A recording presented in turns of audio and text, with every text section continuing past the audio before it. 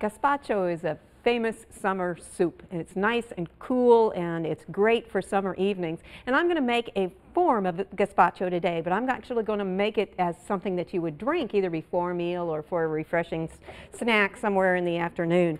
What I've done is I've frozen two small medium tomatoes, and I just froze them hard. It takes 3 to 4 hours. You could do several of them at a time. They're quartered, they're cored, and I didn't peel them, and I just let them freeze hard. And that's going to help make sure that this is really cold. It also helps if you make sure that all the ingredients that you're using as far as the juice and other things are cold also. That helps keep everything cold too. I'm also going to add 1½ cups of a vegetable juice. Basic tomato is the primary ingredient here, and so we're getting a lot of flavor added from there, but we're also going to add some other things to increase the amount of flavor that we have.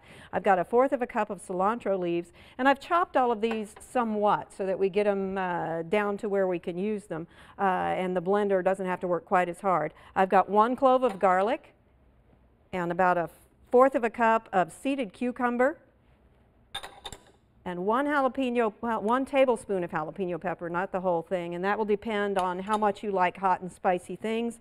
About 2 tablespoons of red onion, and then 1/4 teaspoon of ground cumin. And the last ingredient that gives it a lot of fresh flavor is 2 tablespoons of fresh lime juice. We're simply going to put the top on this, and then we're going to just blend it until everything is nice and smooth.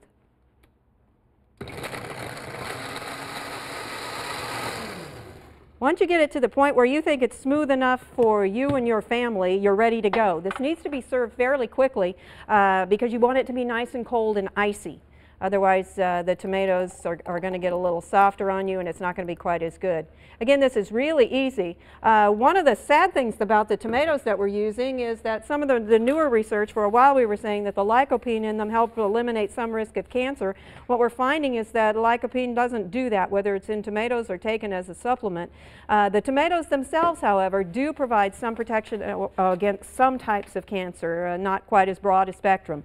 This makes 2 servings. Again, it's a real refreshing before dinner beverage. You could actually serve it in a bowl and use it as a soup. It's gazpacho. For Oklahoma Gardening, this is Barbara Brown.